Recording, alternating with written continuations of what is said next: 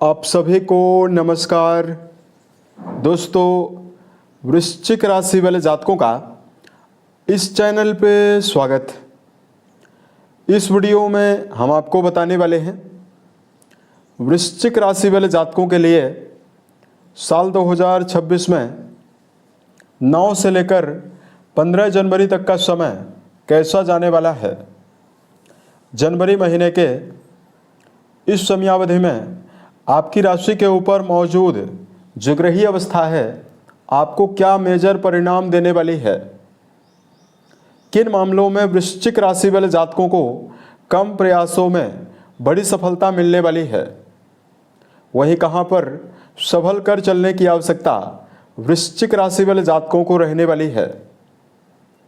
अतः ये राशिफल वृश्चिक राशि वाले जातकों के लिए ही बनाया गया है और आपकी चंद्र राशि के ऊपर प्रभावी है, तो आप इसे इसी आधार पर देखें। इस राशिफल के माध्यम से वृश्चिक राशि वाले जातकों के जीवन से जुड़े हुए सभी पहलू के बारे में आपको जानकारी भी देने वाले हैं। जैसे आपका करियर और व्यापारिक जीवन कैसा रहेगा, आर्थिक जीवन, पारिवारिक जीवन, प्रेम संबंध, स्वास्थ्य, एजुकेशन लाइफ और अंत में हम आपको धार्मिक उपायों के बारे में भी जानकारी देने वाले हैं। देखिए, सबसे पहले बात करते हैं 9 से लेकर 15 के बीच में आपकी राशि के ऊपर ग्रहीय अवस्था किस प्रकार की रहेगी और किन किन ग्रहों का बदलाव होने वाला है। देखिए, राशि से पंचम भाव में शनिदेव मीन राशिगत गोचर करने वाले हैं। राहु देव की अवस्था कुंडली के चौथे भाव में बनी हुई रहने वाली है। सुख भाव में राहु रहेंगे।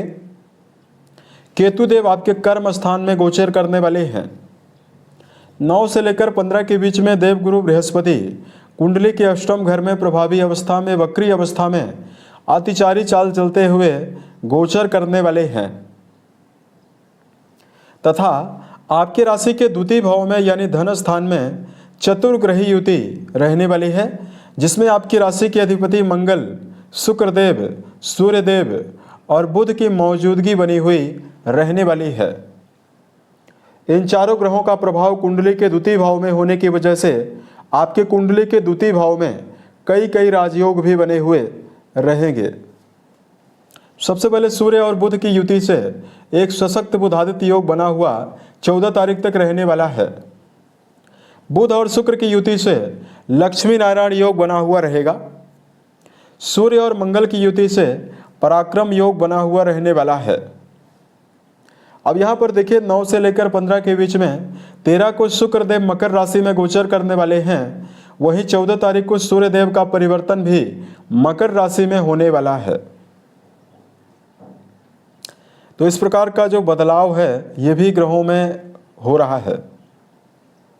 सिलसिलेवार करके अब हम आपको बताते हैं ग्रहों में आपके राशि के ऊपर बनी हुई अवस्था के आधार पर आपका हर पहलू कैसा जाएगा।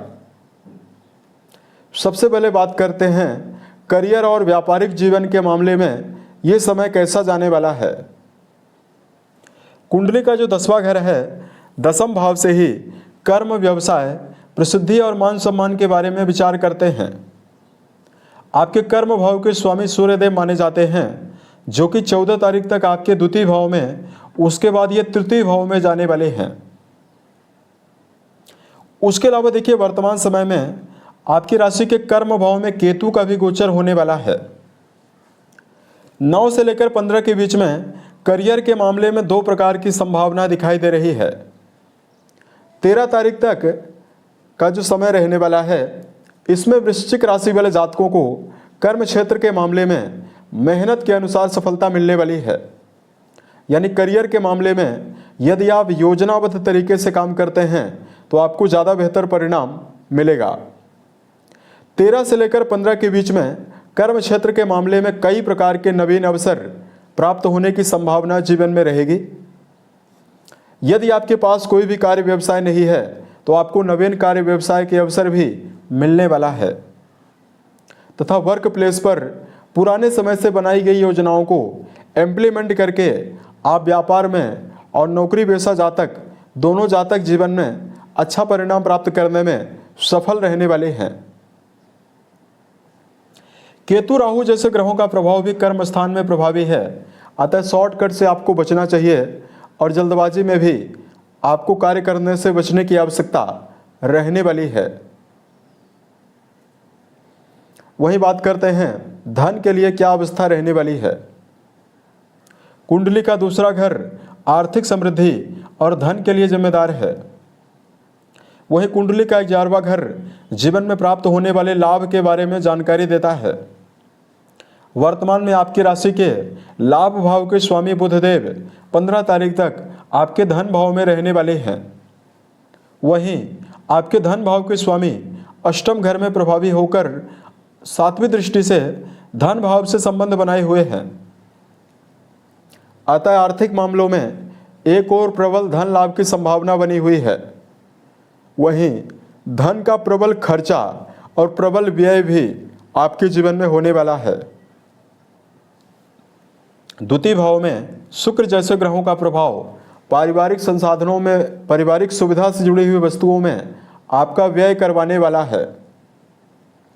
द्वितीय भाव के स्वामी अच्छी अवस्था में नहीं है, अतः यदि आप दीर्घकालिक निवेश करना चाहते हैं तो काफ़ी सावधान रहना चाहिए। या वर्तमान समय में यदि आप शेयर बाजार, सट्टा, लॉटरी जैसे विषयों में धन का निवेश करना चाहते हैं, यहाँ पर भी सावधानी पूर्वक निवेश करने की आवश्यकता जीवन में रहने वाली है। बात करते हैं पारिवारिक जीवन के मामले में समय क्या परिणाम देने वाला है। कुंडली के चौथे भाव के स्वामी शनिदेव पंचम भाव में विराजित हैं। वहीं चौथे भाव में राहु जैसे ग्रहों का भी प्रभाव है। अतः वाणी की वजह से परिवार में विवाद होने का प्रबल योग इस समयावधि में रहने वाला है। कुंडली के वाणी भाव में मंगल और सूर्य जैसे ग्रहों का प्रभाव आपकी वाणी काफ़ी ज़्यादा कड़वी बना सकते हैं। अतः 90 तुल्य शब्दों का प्रयोग करना ही वृश्चिक राशि वाले जातकों के लिए शुभता देगा। चतुर्थ भाव में राहु देव का होना पारिवारिक जीवन में भाग दौड़ को दर्शा रहा है और पारिवारिक संबंधों को लेकर आपको अत्यंत सजग होकर ही चलना चाहिए। एक बेहतर पॉजिटिविटी ये जरूर रहने वाली है कि गुरु बृहस्पति का संबंध द्वितीय भाव से बना हुआ है, तो धार्मिक क्रियाकलापों में यात्राएं परिवार के साथ होती हुई भी नजर आएगी। प्रेम और वैवाहिक जीवन के मामले में जुड़े हुए जातकों के लिए जानकारी दिया जाए। रिश्तों के संदर्भ में पंचम भाव में शनिदेव की उपस्थिति और पंचम भाव के स्वामी का अष्टम भाव में होना प्रेम संबंधों के मामले में मिला जुला परिणाम आपको देने वाला है। प्रेम जीवन में जुड़े हुए जातकों को इस समयावधि में रिश्तों के मामले में विवादों से बचना चाहिए। सेनापति मंगल की चौथी दृष्टि पंचम भाव पर रहने वाली है, जहां शनि ऑलरेडी विराजित हैं। अतः रिश्तों के मामले में अत्यंत सजग होकर ही चलना चाहिए। संतान पक्ष को लेकर भी आपको सजग होकर चलना चाहिए, अन्यथा संतान के साथ विवाद की संभावनाओं का योग भी रह सकता है।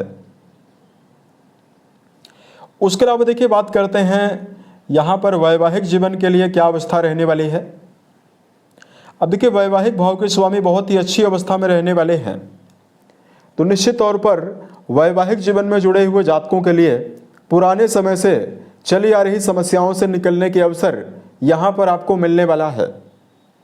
9 से लेकर 13 के बीच में जीवन साथी के साथ रिश्तों में आपको शुभ परिणाम, घूमने फिरने की योजना भी बनाई जा सकती है। यानी भावनात्मक आकर्षण वैवाहिक संबंधों में आपको जरूर मिल सकता है। बात करते हैं एजुकेशन फील्ड के मामले में जुड़े हुए जातकों को क्या परिणाम मिलेगा। शिक्षा भाव के स्वामी बृहस्पति अष्टम घर में प्रभावी होकर गोचर करने वाले हैं। अतः ऐसे जातक जो वर्तमान समय में रिसर्च, दर्शन शास्त्र, अनुसंधान या किसी प्रकार का शोध कार्यों से जुड़ी हुई पढ़ाई यदि आप कर रहे हैं, उसके लिए तो समय बहुत ही बेहतर रहेगा। लेकिन इस समयावधि में शिक्षा के मामले में भी अत्यंत एकाग्रता की आवश्यकता रहेगी। हेल्थ के मामले में वृश्चिक राशि वाले जातकों को यदि जानकारी दिया जाए, आपकी राशि के अधिपति ही आपके द्वितीय भाव में प्रभावी रहेंगे और अग्नि तत्वी राशि में रहने वाले हैं। अतः शारीरिक स्तर पर समस्याएं ज़्यादा नहीं मिलने वाली है। केवल वृश्चिक राशि वाले जातकों को कार्यों की अधिकता होने की वजह से और पारिवारिक अवस्था की वजह से मानसिक रूप से आप काफ़ी ज़्यादा अपने मन में तनाव हावी कर सकते हैं। अतः वर्तमान समय में वृश्चिक राशि वाले जातकों को अपने मन में नव आध्यात्मिकता लेकर चलने की आवश्यकता रहने वाली है। अत्यधिक ज़्यादा ओवर थिंकिंग से आपको बचना चाहिए। अगर आपके लिए धार्मिक मामलों में उपाय की जानकारी दिया जाए, इस समयावधि में वृश्चिक राशि वाले जातकों को सबसे पहले तो शिवलिंग पर मीठा जल अर्पित करना बेहतर रहने वाला है। यदि आप महामृत्युंजय नामक मंत्र का जप करते हैं तो आपको विशेष शुभता मिलने वाली है। उसके अलावा वृश्चिक राशि वाले जातकों को घर के बड़े सदस्यों के साथ अपने संबंध बेहतर बनाकर चलने की आवश्यकता भी जीवन में रहने वाली है। उसके अलावा वर्तमान समय में बेजुबान जानवरों में यदि आप गायों के लिए हरे चारे का प्रबंध करते हैं तो आपको विशेष शुभता मिलने वाली है। उम्मीद है ये जानकारी वृश्चिक राशि वाले जातकों को बेहतर लगी।